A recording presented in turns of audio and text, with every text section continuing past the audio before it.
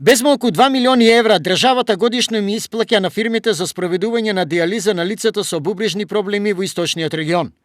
Во трите центри, Штип, Кочен и Делчево има околу 150 хронично болни лица, кои од дијализа имаат потреба на дневна или седмична динамика. Ние имаме 40 пациенти моментално, а нашиот центар има капацитет за 60 пациенти. Тие доаѓаат во две смени, прва и втора смена, понеделник, среда и петок, и вторник, четврток и сабота. Во главно, возрастната структура е средна возраст, пациенти на средна возраст, но не е исклучено и да имаме и млади пациенти, за жал. Дијализата, односно хемодијализата за овие лица е од животно значење, па затоа е и тука и грижата на државата. Хемодијализата за болните со терминално бубрежно заболување представува значаен сегмент од нивниот живот. Всушност таа представува ренална субституција за пациентите кај кои што бубрежната функција е откажана.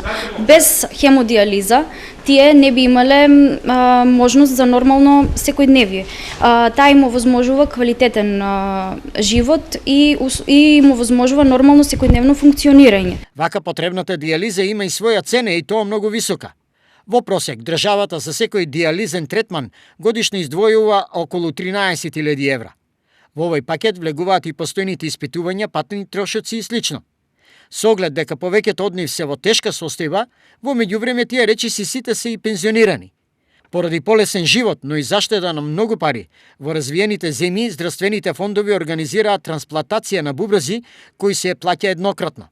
Кај нас, например, трансплантација на бубрек чини од 15 до 18.000 евра, што е речиси еднакво на едногодишен трошок за хемодијализа.